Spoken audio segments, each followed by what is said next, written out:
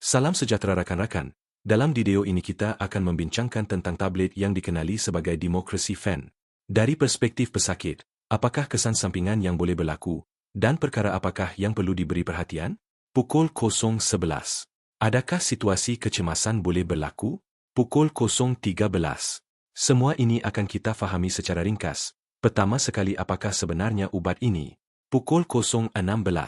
Ini adalah ubat hormon, atau boleh saya katakan ubat anti-hormon. Ia mengurangkan kesan estrogen di dalam badan. Ia digunakan dalam pelbagai jenis kanser. Penggunaan yang paling biasa adalah dalam kanser payudara yang hormon positif. Selain itu, beberapa kanser lain di mana reseptor estrogen adalah positif juga boleh menggunakan ubat ini, seperti kanser ovari dan kanser testis.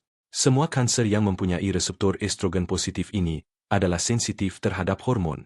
Oleh itu, jumlah estrogen dalam badan, sama ada yang dihasilkan oleh ovari atau daripada kelenjar adrenal, boleh merangsang pertumbuhan dan memberi tenaga kepada kanser jenis ini.